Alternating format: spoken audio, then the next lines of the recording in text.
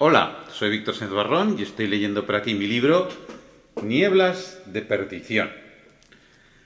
Vamos por el capítulo 4, que se titula ¿Podría ser? Los anteriores los tenéis en la lista de reproducción y la novela en la página web de Moon Knights. Vamos a ello.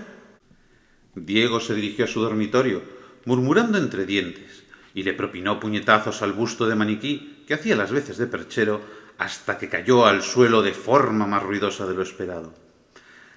A pesar de no estar acostumbrado a desahogarse de aquel modo, añadió un par de patadas que separaron el falso torso de la estructura que normalmente lo mantenía en pie. Desconcertado por su arrebato violento, observó sus nudillos ligeramente ensangrentados. Tenía la piel demasiado delicada para aquel tipo de actos. Algo más calmado, se sentó junto a su reducido escritorio, apenado por la falta de autocontrol que acababa de demostrar y agradeciendo que no hubiera nadie presente. Se acercó hasta el espejo y se apoyó en el palanganero, mirando el reflejo a los ojos, buscando en aquella imagen explicaciones que la mente no lograba darle. Lavó y secó sus manos con calma, reflexionando acerca de que debía alejar el pesimismo agorero que le inundaba en aquella fecha. Quería conocer a Amelia, y ella esperaba que lo hiciera. Ninguno de los dos tenía culpa de lo que hubiesen hablado terceros. Respiró con calma y ensayó sonrisas en el espejo hasta que encontró la adecuada. Luego eligió unos guantes negros de piel fina y se los puso, antes de salir por la puerta, dispuesto a evitar a cualquiera que le distrajera de su propósito. Las actividades del salón grande transcurrían con una corrección ordenada que a Diego se le antojó excesiva como para que de verdad fueran entretenidas. Probablemente todas aquellas sonrisas eran tan fingidas como la suya. Ignacio Valbuena abandonó su asiento al verlo y emprendió la marcha hacia él. El joven Campoamor ladeó la vista hacia su abuelo, que degustaba el contenido de un ancho vaso tallado, y luego miró hacia quien iba en su dirección.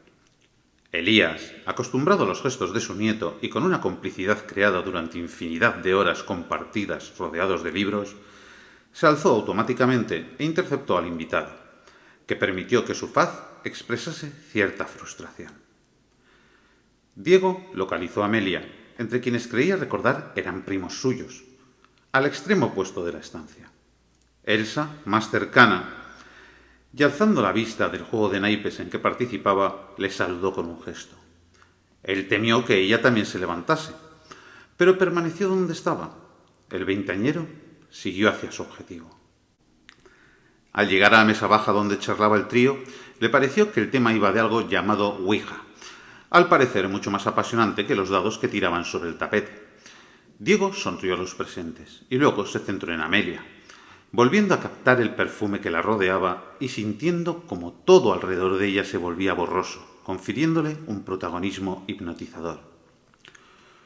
Diego Campoamor, señorita, dijo, realizando un movimiento de mano desfasado que no supo muy bien por qué había surgido de él. Amelia Valbuena, hemos sido presentados antes, replicó ella con encanto, tapándose parcialmente la boca con las yemas de los dedos, dejando ver unas largas uñas exquisitamente pintadas. Lamento haber causado tan escaso efecto en su memoria. Eso ha durado menos que la lectura de un telegrama. Pensé que quien no me recordaría sería usted. Los primos, cada uno de un género, observaron divertidos al que había interrumpido el juego. No negaré mi sorpresa al ver que le dedicaba tanto tiempo a mi madre y ninguno a mí, coqueteó ella, con cierto descaro. Nada más lejos de mi intención. Un caballero no puede desatender a quien se halla a su izquierda en la mesa, ya sabe. Ella soltó una risita como única respuesta. Me preguntaba si le agradaría ver nuestro invernadero, propuso Diego. Algunos ejemplares son particularmente exóticos. Amelia enrolló uno de sus largos rizos rubios con el índice y rotó el cuello hacia quien se encontraba a su derecha. ¿Serías tan amable de acompañarnos, Olga? Diego maldijo por dentro, aun sabiendo que era una solicitud absolutamente normal. De hecho, en un esfuerzo por llegar al destino sin interrupciones, su movimiento había sido demasiado directo como para no esperar que ella buscase cierta seguridad. Le consoló pensar que al menos la respuesta a tal ímpetu no había sido una negación excusada por el clima o la partida que se desarrollaba entre ellos. Diego, Amelia y Olga paseaban entre peculiares plantas, protegidas por placas cuadradas de cristal y madera barnizada de color blanco. Los especímenes pequeños crecían en tiestos y los más grandes directamente sobre el suelo de tierra. Los conjuntos de características similares residían en maceteros que les daban unidad estética. El anfitrión intentaba explicar datos curiosos o que creía que llamarían la atención de quienes le escuchaban, mientras éstas admiraban la tarea realizada. «¿Así que le gusta trabajar con las manos?», lanzó Amelia con cierta mordacidad. «En muchos casos solo doy las instrucciones, pero ciertas especies son delicadas y requieren cuidados específicos que una criada no sabría proporcionar. Arriesgarse a que se echasen a perder o dejaran de florecer sería un despropósito». «Ya lo sé», dijo ella entre risas.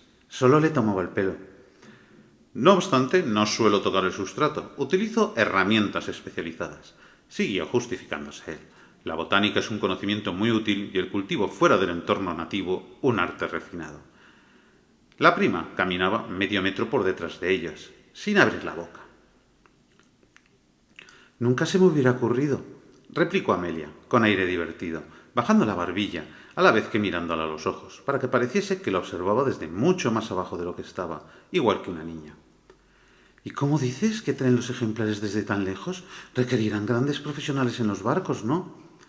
«Normalmente se plantan aquí a partir de semillas o bulbos, pero es cierto que a veces vienen directamente de ultramar en forma de minúsculos esquejes». «¿Qué cosas?», añadió, antes de echarse a reír abiertamente y proceder a nombrar cada una de las variedades circundantes en ese instante, con su denominación científica, en latín. Veo que es usted una experta», observó Diego, sin ocultar la satisfacción que eso le causaba. «Sí, se me da muy bien reírme de quienes pretenden darme lecciones como si yo fuera una pobre chica ignorante». No, nada más lejos de mis intenciones. No todo el mundo sabe de...» «Déjelo, por favor», pidió ella, soltando una risita y entrelazando su brazo con el de Diego, tomándose ciertas confianzas. «Quizás he sido un poco mala, pero solo buscaba divertirme. No se apure. Me lo estoy pasando mucho mejor aquí que haciendo rodar dados allí dentro. Resulta usted un tanto novedoso para mí, y eso es algo que no podía desaprovechar, ya que no me sucede todos los días.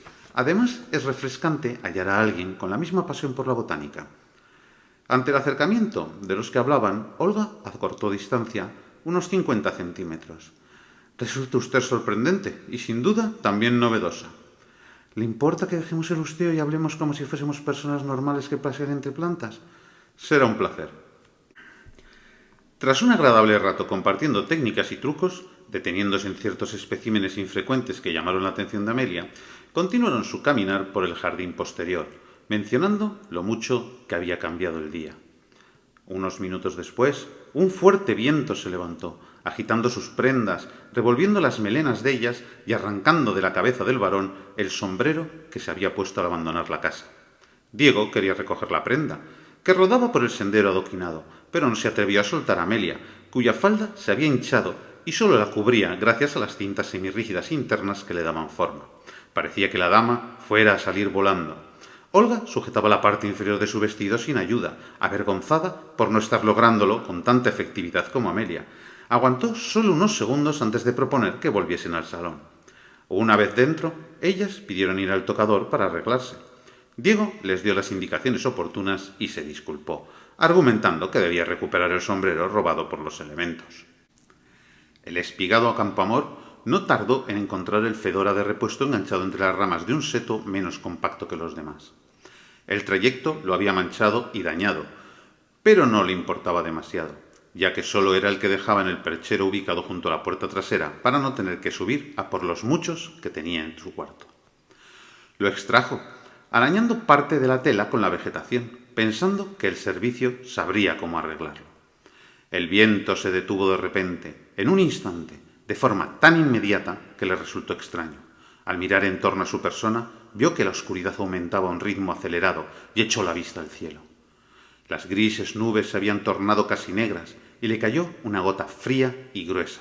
De pronto, igual que se había ido, el aire regresó con mucha más fuerza que antes, arrastrando hojas y partículas de tierra. Diego entrecerró los párpados, intentando proteger sus ojos, mientras comenzaba a sentir un mareo intenso que le obligó a apoyarse en el tronco de un tamarindo. Aunque era consciente de que debía regresar a la casa, mantener la verticalidad le suponía un esfuerzo incomprensible.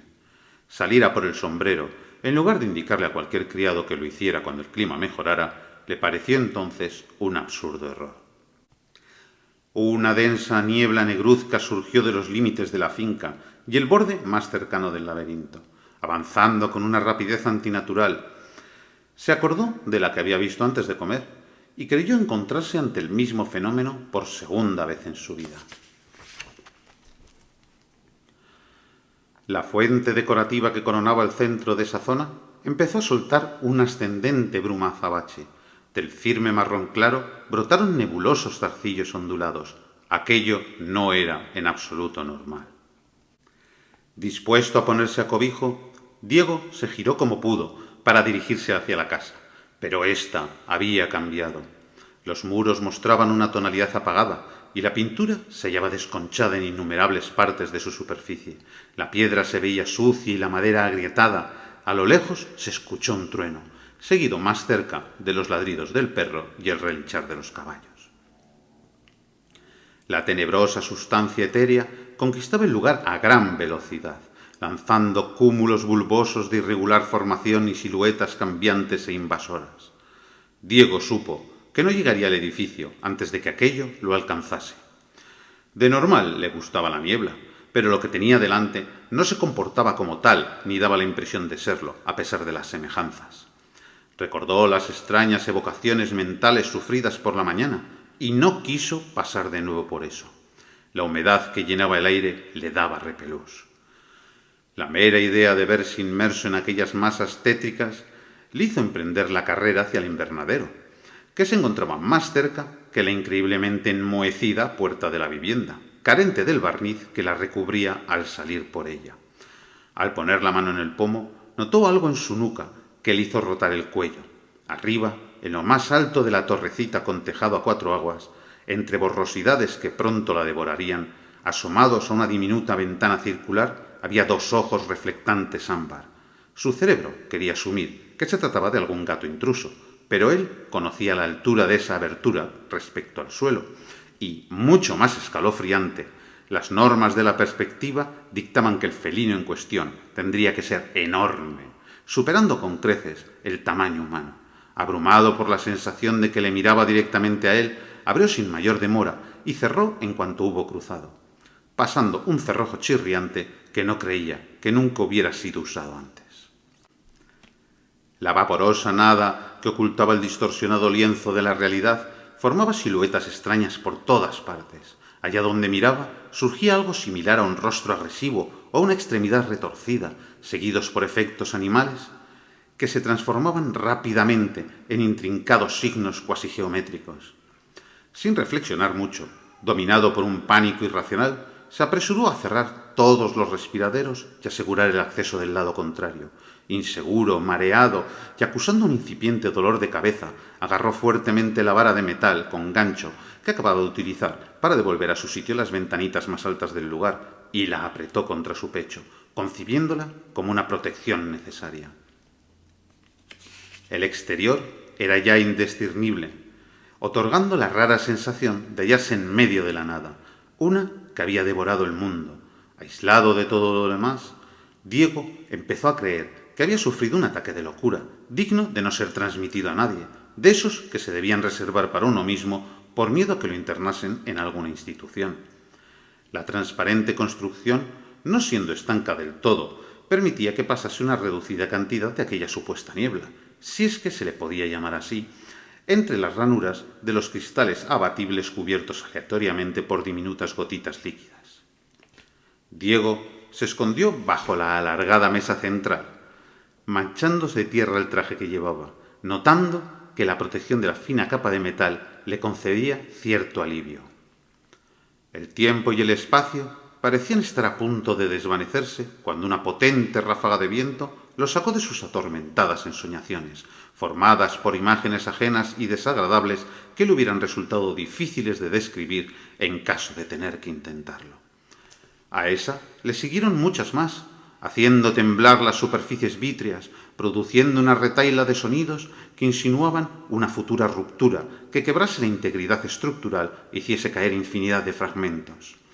Agradeciendo el silencio haber elegido una cobertura tan sólida, cerró los párpados unos segundos con el anhelo de que aquel aire desaforado alejase de allí lo que le atemorizaba. Enseguida llegó la calma. Diego abrió los ojos, concediéndole sus deseos. El potente viento había arrastrado lejos de él la negrura húmeda que tanto le preocupaba. Se arrastró de lado para ponerse de pie, sacudiendo las superficies de las prendas que llevaba. Todo parecía normal, igual que antes del suceso. Dejó la vara en su sitio habitual, anonadado por el acontecimiento. Pensó que había permitido que la pesadumbre de aquella fecha fatídica le influyera demasiado, deduciendo que su psique estaba jugando con él de una forma insana. ¿Podía fiarse de otros asuntos de la jornada, como por ejemplo lo transmitido por su padre? Siempre había evaluado que su mente funcionaba dentro de un rango muy fiable, así que desconocía hasta qué punto llegaba el descontrol que lo asediaba. Carecía de experiencia en autoengaños y falta de confianza en su propio criterio.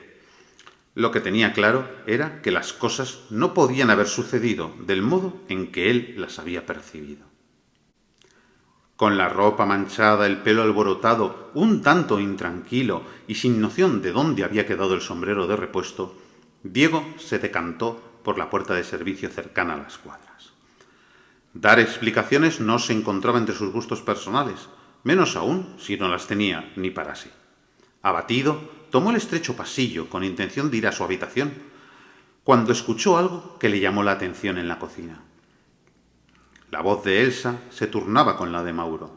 Si bien el volumen era muy bajo, como para discernir el tema tratado, reconoció a quien le había estado acribillando con su verborrea durante toda la comida.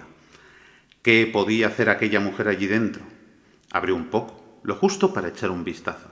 Tenía todo el derecho del mundo a pasar al interior, pero no deseaba hacerlo. Efectivamente, ambos intercambiaban palabras casi en susurros y en la soledad de una cocina ya limpia.